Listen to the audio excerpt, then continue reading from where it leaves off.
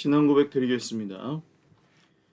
전능하사 천지를 만드신 하나님 아버지를 내가 믿사오며 그 외아들 우리 주 예수 그리스도를 믿사오니 이는 성령으로 잉태하사 동정녀 마리아에게 나시고 본디오 빌라도에게 고난을 받으사 십자가에 못 박혀 죽으시고 장사한 지 사흘 만에 죽은 자 가운데서 다시 살아나시며 하늘에 오르사 전능하신 하나님 우편에 앉아 계시다가 저리로서 산자와 죽은 자를 심판하러 오시리라. 성령을 믿사오며 거룩한 공회와 성도가 서로 교통하는 것과 죄를 사하여 주시는 것과 몸이 다시 사는 것과 영원히 사는 것을 믿사옵나이다. 아멘. 찬송가 336장 찬송 드리겠습니다. 찬송가 336장입니다. 찬송가 336장입니다.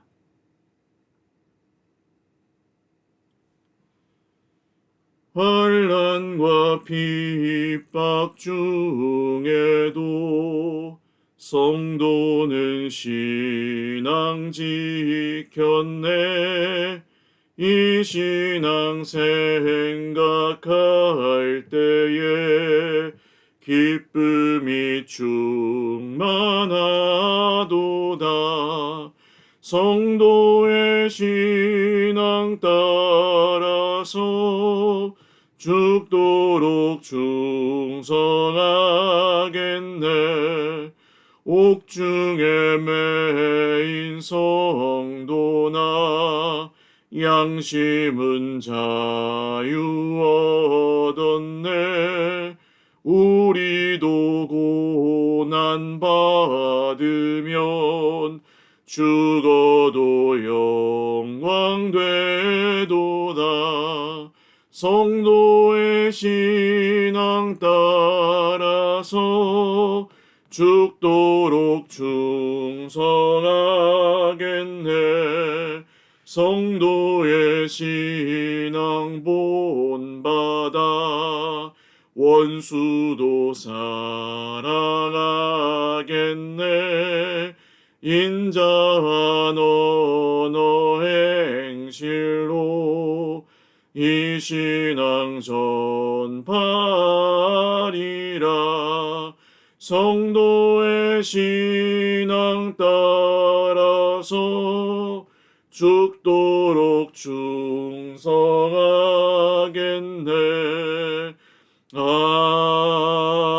아멘. 하나님 말씀 예레미야 25장 15절에서 29절 말씀입니다.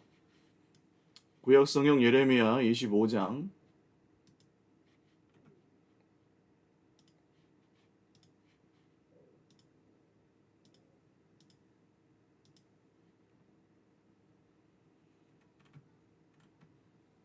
15절에서 29절입니다.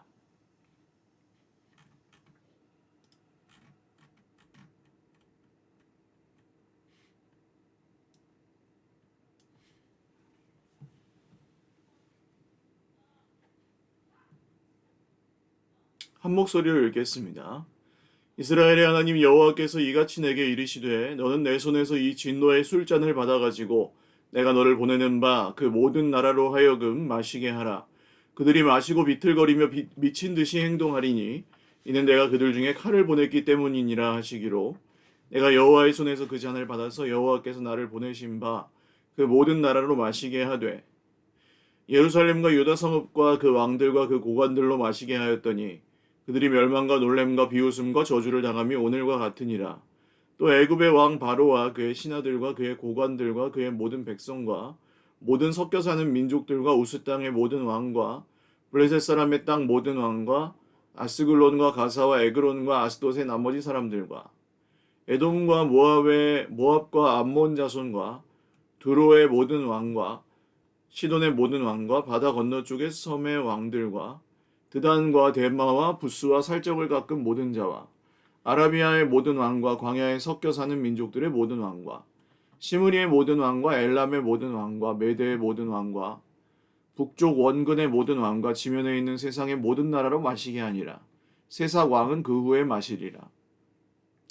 너는 그들에게 이르기를 만군의 여호와 이스라엘의 하나님의 말씀에 너희는 내가 너희 가운데 보내는 칼 앞에서 마시며 취하여 토하고 엎드려져 다시는 일어나지 말아라 하셨느니라.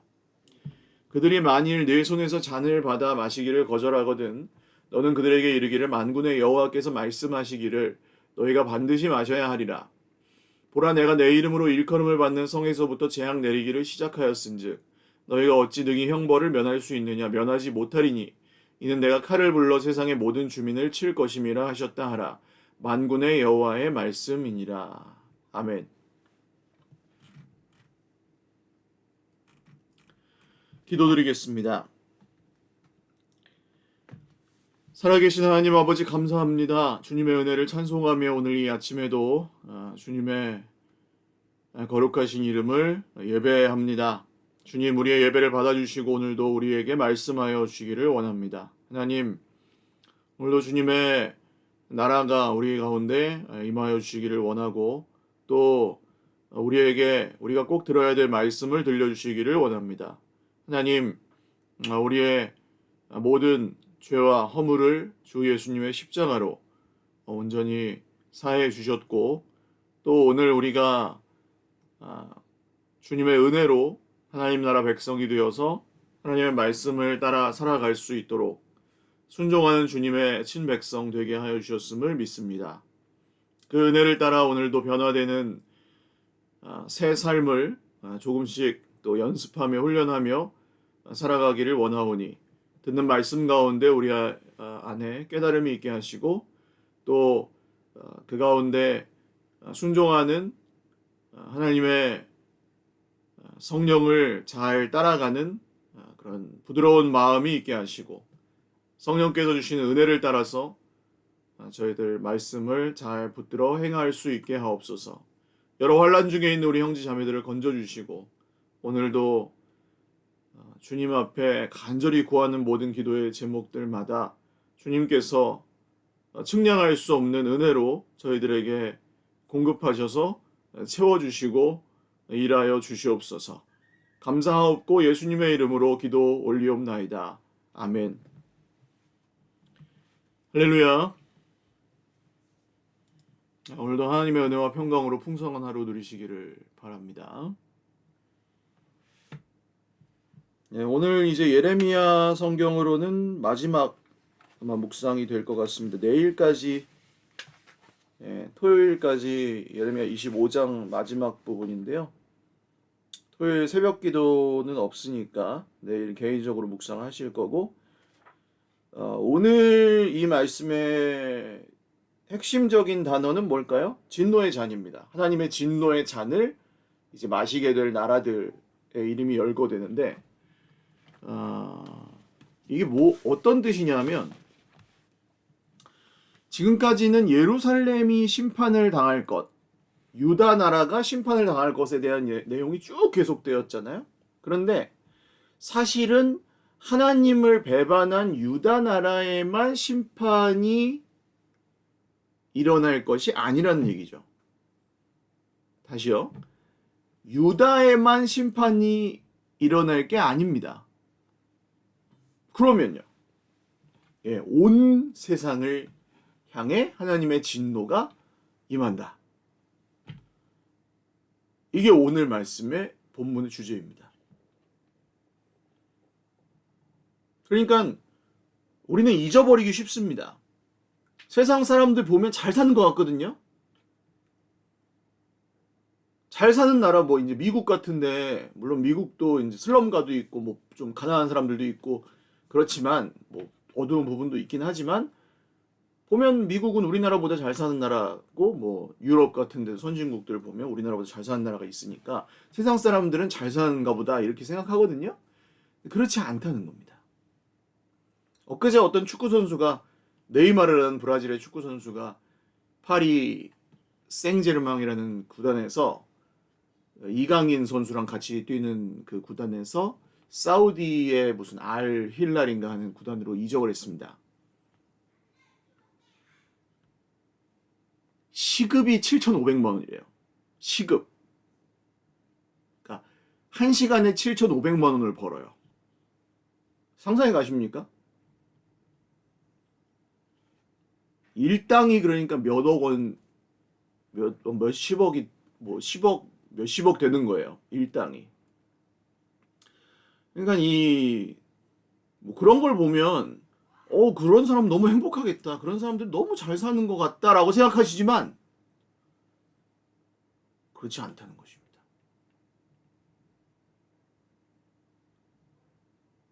세상은 하나님을 떠나서 깨어져 있고 스스로 하나님이 되어서 살아가는 모든 사람들은 자기 자신과 그 주변에 자기가 소위 사랑한다고 말하는 자기의 주변 사람들을 도리어 망치거나 괴롭히고 있는 경우가 대부분입니다. 예를 들어 볼까요? 엊그제 이제 그 뉴스에 나온 그 자기 자식을 가르치는 그 유치원 선생님에게 폭언을 일삼고 여러 가지 이제 항의를 굉장히 많이 하면서 선생님을 괴롭게 한 부모. 그 부모는 자기 인생을 열심히 사는 사람입니다. 책도 한 권 썼더라고요. 그리고 뭐 자기 나름대로 카이스트, 그 대전의 카이스트가 아니고 그냥 그 이름이 카이스트인 것 같아요. 그 카이스트의 그 산학협력 과정 해서 뭐 이렇게 MBA 과정도 했고 뭐 그걸 막 또 자기가 막 자랑을 하면서 뭐 내가 카이스트 나온 사람인데 날 무시하는 거냐 하면 선생님한테 막 이렇게 과시를 하더라고요. 그렇게 했습니다. 근데 그거는 자기 자식과 이제 자기 자신을 보호하기 위한, 자기 자식과 자기 자신을 보호하고 그 이익을 찾고 자기의 그 성공을 위해서 한 행동이죠. 근데 그 임신 중에 있는 선생님의 마음이나 그 선생님이 때리지도 않았는데 애를 때렸다고 막 뭐 6개월 전에 우리 애를 때리셨잖아요. 뭐 그러면서 막 몰아세우더라고요. 말도 안 되는 얘기인데 그 정도 성격인 사람이 6개월 동안 그 애를 때린 걸 참았겠습니까? 말도 안 되는 얘기죠.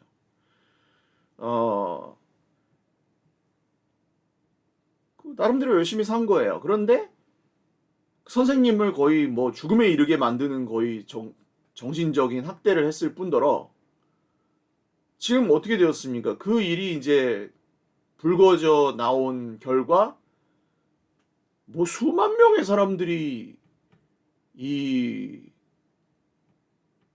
어머니를 향해서 그 손가락질을 하고 거의 이제 뭐 테러에 가까운 일을 하고 있고 그 아이 역시 그런 뭐 거의 낙인을 찍히게 생겼습니다.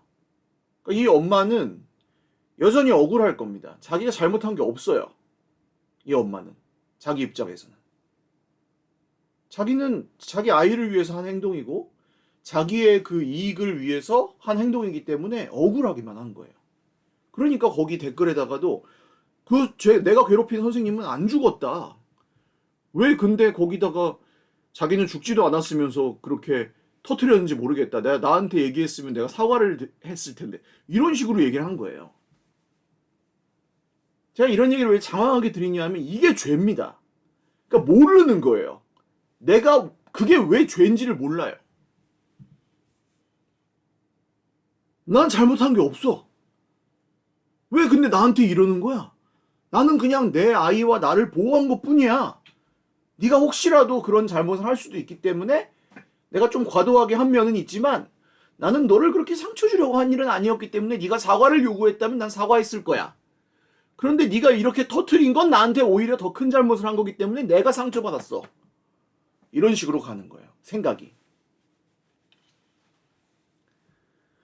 놀랍지 않으십니까? 이 사람의 죄가 속에서 어떻게 기능하는지 그리고 어떤 이 파멸적인 결과를 낳는지를 우리는 뭐 뉴스에서 계속 보고 계십니다.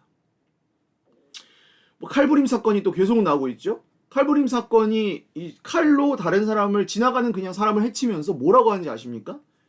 이 사람들은 이제 정신적으로 물론 질환을 겪고 있는 사람이지만 보통 하는 말이 이렇습니다.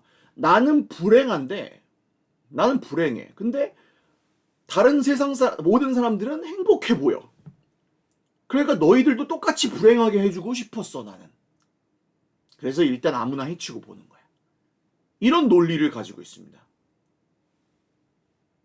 근데 이 사람이 나보다 더 불행한 사람일지 아닐지 어떻게 알아요? 근데 내 판단이 맞다고 믿는 거죠. 그러니까 누가 하나님이야? 자기가 하나님인 거예요. 내가 얘를 해쳐도 되는 정당한 이유를 자기 속에서 만들어낸 거죠. 내가 제일 불행해? 내가 제일 억울해? 이런 생각을 가지고. 이게 무서운 겁니다. 이 사람의 죄라는 것은 자기 자신의 그 억울함이나 분노 이런 걸 가지고 자기 스스로를 하나님으로 만들어낼 수 있는. 그래서 자기는 스스로 약하다고 하고 불행하다고 하지만 사실은 그렇지 않고 오히려 가장 강하고 가장 의롭고 가장 옳고 절대 틀리지 않는 그런 존재가 되는 거죠. 그래서 주변에 있는 사람이나 뭐 자기 사랑하는 자녀나 가족들, 주변 사람들을 해칠 수 있는 그런 괴물처럼 변해버리는 이게 죄입니다. 이런 것이 죄이기 때문에 특별히 이 권력이 있는 사람들, 왕이나 고관들이 그 진노의 잔을 마시는 대상이 되죠. 왜 이 보다 많은 권한을 가지고 보다 많은 그 힘을 가지고 있는 사람들이 왜 진노의 잔을 마시게 되느냐? 이 이유 때문입니다. 더 많은 힘을 가진 사람들은 더 많은 죄를 지을 수밖에 없습니다. 왜냐하면 그걸 가지고 조금만 방향을 틀어도, 그렇죠? 더 많은 힘을 가지고 있는 사람이 더 조금만 방향을 틀어도 그 안에서 더 약한 힘을 가지고 있는 사람은 더 많이 휘둘리기 때문입니다. 그러니까 자녀보다는 부모가 더 힘이 세죠. 그러니까 당연히 부모에게 책임이 더 있을 수밖에 없습니다. 물론 자녀가 더 잘못하는 경우도 있죠. 그렇지만 부모에게 책임이 더 많은 이유는 자녀가 특별히 어렸을 때는 부모가 힘이 더 세기 때문입니다. 지도자들에게 힘이 더 있기 때문에 국민들이 이제 지도자에게 권력을 실어준 거죠. 위임해 준 거죠. 그래서 지도자들에게 책임이 더 많은 거 아닙니까? 지도자들이 더 무거운 도덕적 그런 잣대를 또 짊어져야 되고 더 무거운 책임을 져야 되는 이유. 그래서 그렇지 않습니까? 그래서 하나님께서 진노의 잔을 마실 자들을 말씀하실 때 먼저 왕들과 고관들을 말씀하시는 거예요. 그러니까 모든 민족들이 다 해당된다.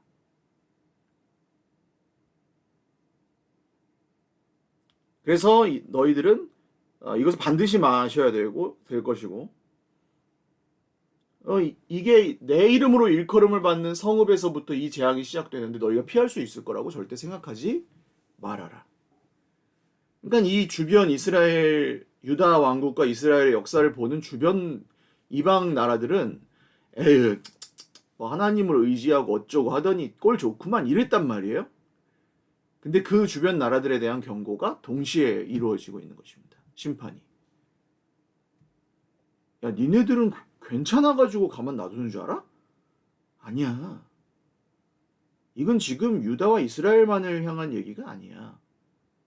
너희들도 똑같아. 너희들은 더해 사실은. 나는 지금 이 이스라엘과 유다 나라를 가지고 그냥 작은 이 조그만 민족을 가지고 세상 전체의 얘기를 보여주는 것 뿐이야. 라고 하나님께서 말씀하시는 거예요. 예수님 이야기가 그렇죠. 아브라함과 이삭과 야곱으로부터 시작된 이 아주 작은 그 민족 이스라엘의 이야기가 예수님에게 와서 정점을 이루고 십자가에 죽으시고 부활하셔서 구원하신 것은 온 세상입니다. 이스라엘 유다만 구원하신 게 아니죠. 온 세상을 구원하시잖아요. 그러니까 하나님은 이 이스라엘 조그만 나라 이야기를 통해서 온 세상의 죄와 온 세상의 구원을 말씀하시고 싶었던 거예요. 그러니까 이 진노의 잔을 마셔야 될 온 세상이 죄 가운데 있는 것과 온 세상을 심판하실 것에 대한 얘기를 오늘 예레미야를 통해 지금 진노의 잔을 온 나라들이 마셔야 될 것이다. 특별히 책임이 있는, 힘이 있는 사람들. 오늘 이 말씀을 우리가 어떻게 받아들여야 될까요? 우리가 잊고 살아가는 것을 기억해야 합니다. 괜찮을 거라고, 괜찮아 보인다고 해서 괜찮을 거라고 생각하는. 겉으로 보이는 게 전부가 아니라 그랬죠. 눈으로 보이는 게 전부가 아니라는 것을 기억하셔야 합니다. 저 사람은 저 정도면 잘 살고 있구나. 아닙니다. 절대 그렇지 않습니다. 하나님의 기준으로 보셔야 합니다.